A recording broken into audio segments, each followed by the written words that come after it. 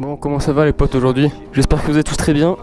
Bon, en tout cas, ça va vraiment super bien. Aujourd'hui, on s'est attaqué à du très lourd. Un sujet méconnu sur YouTube, utilisé par plus de 2 milliards de personnes. Alors moi, je vous dis les potes, ouvrez bien vos yeux, parce qu'on va s'attaquer à un sujet très lourd aujourd'hui. C'est pas mal, hein?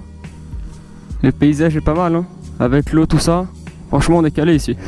Là, ça crie pas mal, quoi. Le Accra se fait ressentir. Mon Dieu, le bordel. Rien à droite, rien à gauche, on y go. Bon, pour commencer, parlons de voiture. Alors oui, on est sur un sujet moto. Merci. On est sur un sujet moto, vous allez me dire, mais pourquoi tu parles de voiture? C'est très simple et vous allez vite comprendre. Il y a de quoi se faire plaisir ici sur cette route, hein.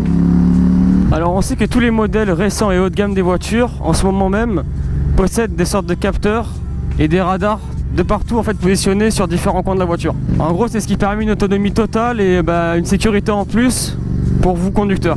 Plus précisément, ça s'appelle le système d'aide à la conduite.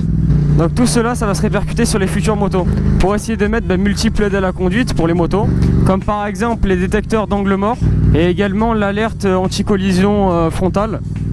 Donc tout ça, c'est des exemples que je vous donne et qui sont qui sont vrais quoi. Et ce sera donc deux grandes marques de motos comme Ducati et KTM qui vont faire entre guillemets les cobayes pour tester ce genre d'expérience quoi.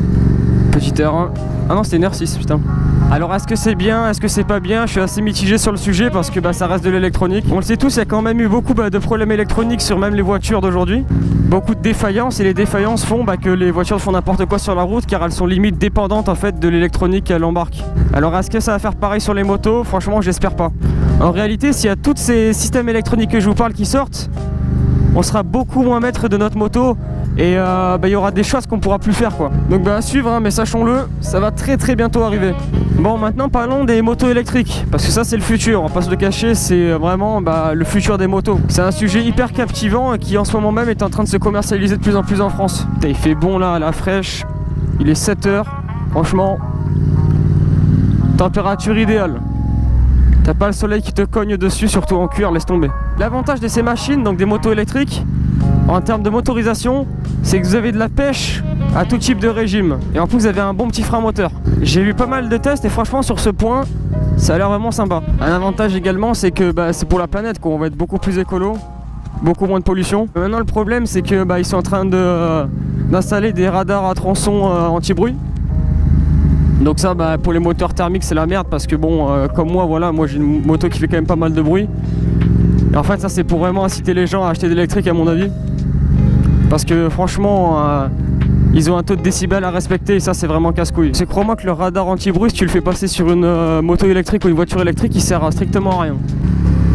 Oh putain, il est allongé sur le vélo lui carrément. Sachons-le maintenant, c'est que les motos électriques c'est vraiment le futur.